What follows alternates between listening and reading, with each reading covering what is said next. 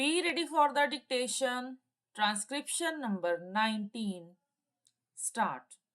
Sir, I would like to make a few observations so that the Honorable Minister will make a note about the way in which these institutions are being run. It is a good thing that these institutions have been started. But at the same time, we are suffering from lack of coordination in regard to our technical education. We have certain institutes like the Polytechnic, etc., under the Scientific Research and Cultural Affairs Ministry, and they are run through the state governments.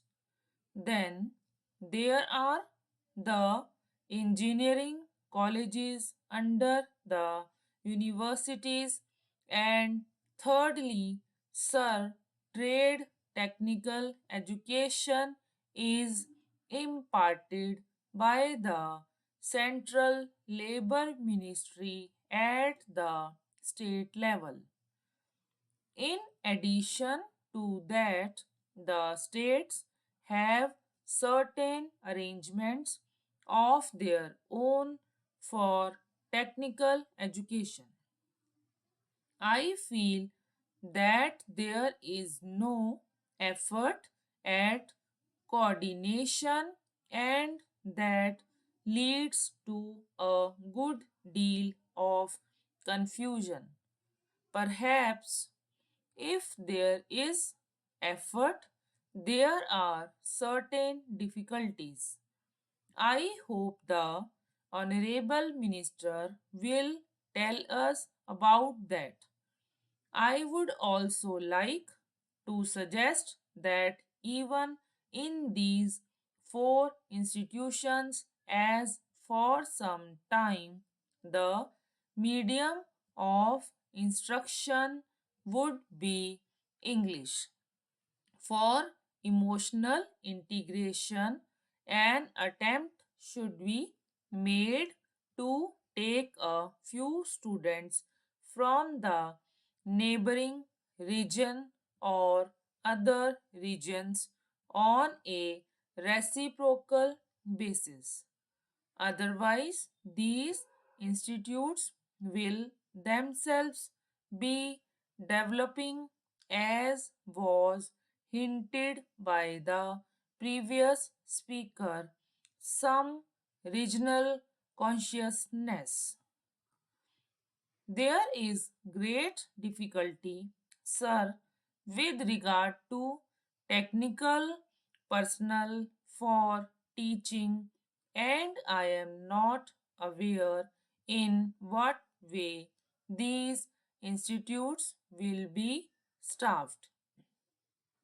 Perhaps some foreigners will be brought in, but at the same time, with the arrangements existing at present for taking technical help from different countries, Russia, UK, USA, and Germany, I do not know whether there will be special courses provided in these institutes for the teaching staff from those different countries.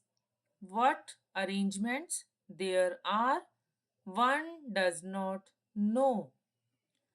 In the present arrangement for teaching, I should have liked to mention the fifth arrangement for teaching at present provided through the various industrial concerns like Bhilai, Raurkela, etc.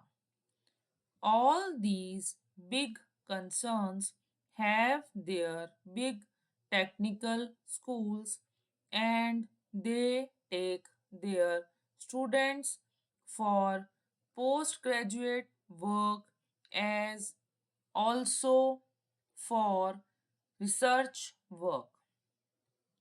What will therefore happen with regard to the standard is a question.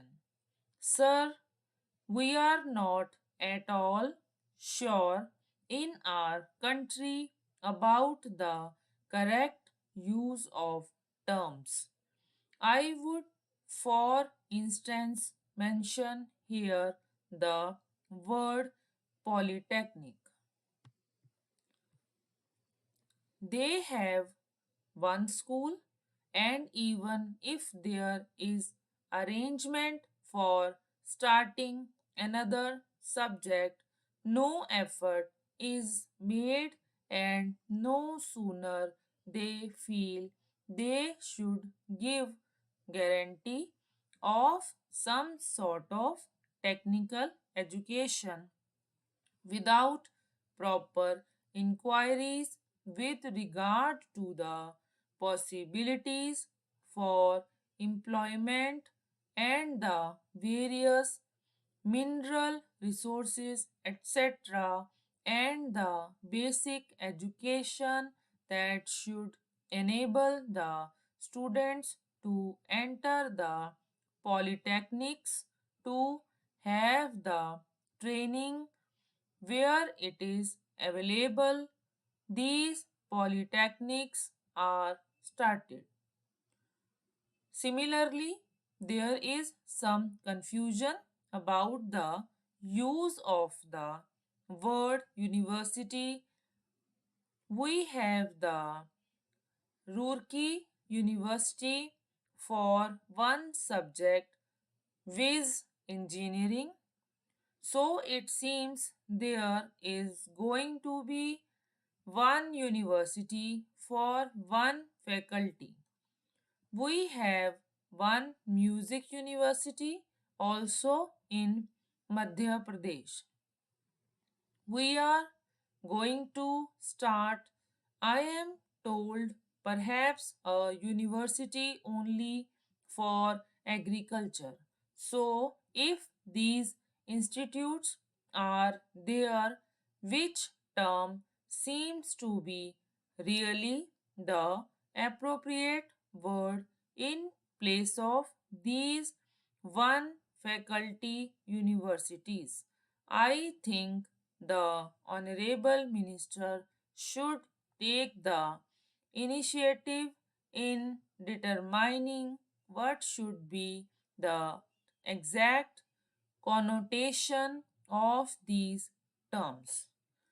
Otherwise, one day, as was pointed out, there will be perfect confusion.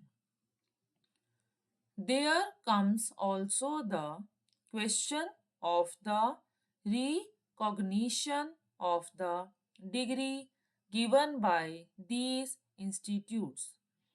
Of course, if the training with the special facilities available and the specially recruited staff available is of a high standard, naturally people would be very anxious to recruit the people who have passed out from there. In the beginning, there will not be any trouble with regard to making use of the graduates turned out from there. But the question of recognition has to be decided on certain principles, and those principles should be laid down and followed from the beginning. Now, I would like also to mention the question about scholarships. It was pointed out that certain scholarships, especially to the children of the working class, should be given. I would like to point out here that there is already provision for that and it is not something new. What I would like to stress is that scholarships should be in larger numbers. The scholarships do not seem to be adequate for the rising standard of living and the cost of living. The scholarships that are given do not meet half the need.